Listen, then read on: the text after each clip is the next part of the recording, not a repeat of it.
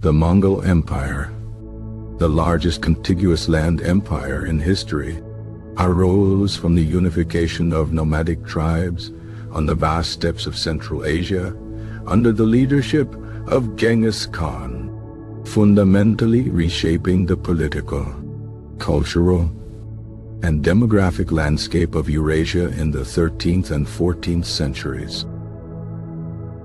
Before Genghis Khan, the Mongols were a fragmented collection of tribes, often warring amongst themselves, focused on pastoral nomadism, livestock herding, and raiding weaker neighbors for resources and prestige. Temujin, the birth name of Genghis Khan, was born around 1162 into a noble but impoverished family marked by early hardship and loss after his father was poisoned, leaving his family vulnerable and struggling for survival. His early life was characterized by a relentless pursuit of power, starting with avenging his father's death and gradually building alliances through strategic marriages, ruthless elimination of rivals, and demonstrating exceptional leadership abilities. Crucially, Temujin understood the inherent weaknesses of the traditional tribal structures, which prioritized kinship and personal loyalty over broader collective goals, and sought to create a unified Mongol identity based on meritocracy and military prowess. He implemented a system of decimal organization within the Mongol army, structuring it into units of 10, 100, 1,000, 10,000, tumans, promoting discipline, efficiency, and rapid communication, fundamentally changing the way the Mongols waged war. The Yasak, a comprehensive legal code established by Genghis Khan, wasn't a codified set of laws in the modern sense, but a collection of decrees and customs regulating all aspects of Mongol life, from military organization and taxation to trade and religious tolerance, aiming to create social order and stability. In 1206, the Kurultai, a Mongol assembly, formally proclaimed Temujin as Genghis Khan, meaning universal ruler, marking the official birth of the Mongol Empire and the beginning of his ambitious expansionist campaign. Genghis Khan's military strategy revolved around unparalleled horsemanship, archery skills, tactical flexibility, and a ruthless psychological warfare that often involved deliberately spreading terror to demoralize opponents and secure swift surrender. His armies weren't simply larger, but were incredibly mobile, utilizing sophisticated logistics networks, relay systems, for communication, and a disciplined approach that allowed them to outmaneuver and overwhelm their enemies consistently. The first major target of Genghis Khan's expansion was the Jin dynasty of northern China, a wealthy and powerful empire that had long posed a threat to the Mongols, beginning in 1211 with a series of devastating raids and sieges. The Mongols' meticulous planning, innovative siege tactics, and willingness to employ captured engineers and artisans proved incredibly effective in breaching the heavily fortified Chinese cities, despite facing fierce resistance. The subsequent conquest of the Kara Khitan Khanate in 1218 expanded the Mongol Empire westward, opening up trade routes and solidifying its control over Central Asia and establishing contact with the Islamic world. However, it was the invasion of Khwarezmia, a vast empire spanning modern-day Iran, Central Asia and Afghanistan, in 1219 that truly established the Mongols as a global power, although it was marked by unparalleled brutality.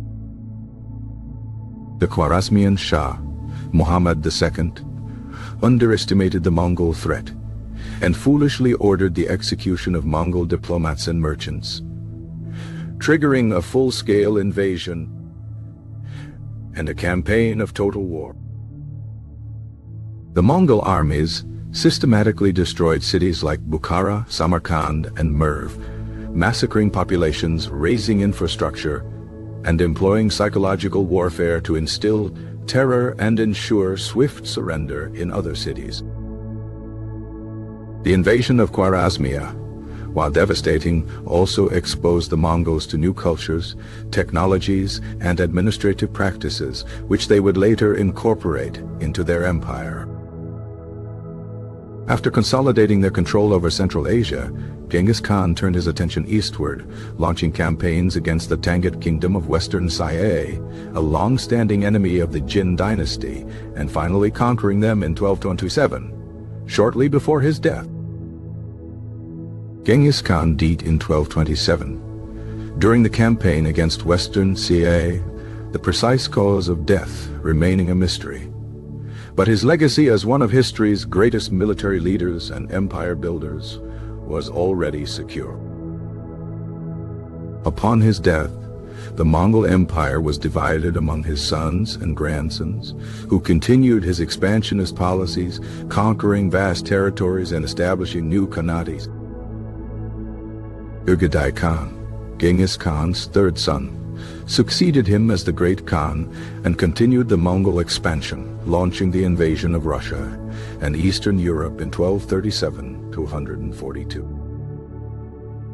The Mongol armies, led by Batu Khan and Subutai, swept through Russia, defeating the Kiev and Rus principalities, sacking cities like Ryazan, Vladimir, and Kiev, and establishing the Golden Horde, a powerful khanate that ruled Russia for over 2 centuries. The Mongol invasion of Hungary in 1241 to 1242, a surprise attack that caught Europe off guard, resulted in devastating victories at battles like Mohi, threatening to conquer all of Europe before Ugadai Khan's death halted the campaign. Kublai Khan, a grandson of Genghis Khan, completed the conquest of China in 1279, establishing the Yuan dynasty and becoming the first Mongol emperor to rule China, fostering trade and cultural exchange with the West. The Yuan dynasty under Kublai Khan fostered trade along the Silk Road, encouraging merchants, missionaries, and diplomats from Europe and Asia to visit his court. Most famously Marco Polo, whose travels provided Europeans with valuable insights into Chinese society and culture. However, the Yuan dynasty also faced internal rebellions and external threats, eventually collapsing in 1368, replaced by the Ming dynasty, marking the end of Mongol rule in China. The Khanate, established by Hulagu Khan, another grandson of Genghis Khan, conquered Persia and Iraq in the mid-13th century, promoting trade and cultural exchange, but also causing widespread destruction and religious persecution. The Golden Horde, established by Batu Khan, ruled Russia for over 2 centuries, extracting tribute, controlling trade routes, and influencing Russian politics, leaving a lasting impact on Russian culture and identity. The Mongol Empire, despite its eventual fragmentation, facilitated unprecedented trade and cultural exchange between East and West, known as the Pax Mongolica, allowing for the transmission of ideas, technologies, and goods across Eurasia. The Mongols encouraged religious tolerance, allowing for the coexistence of various faiths, including Buddhism, Christianity, Islam, and Confucianism, creating a relatively stable and cosmopolitan environment within their empire. However, the Pax Mongolica also facilitated the spread of diseases, most notably the Black Death in the 14th century, which ravaged Europe, Asia, and North Africa, causing widespread death and social disruption. The Mongol military tactics, characterized by mobility, discipline, and psychological warfare, revolutionized warfare, influencing military strategies for centuries to come, particularly in Eastern Europe and Central Asia.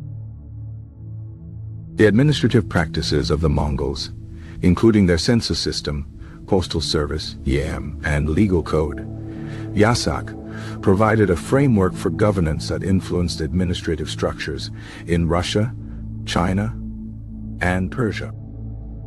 The Mongol Empire's legacy is complex and multifaceted, marked by both brutal conquest and cultural exchange, contributing to the shaping of the modern world through its impact on trade, warfare, administration, and the spread of ideas and technologies.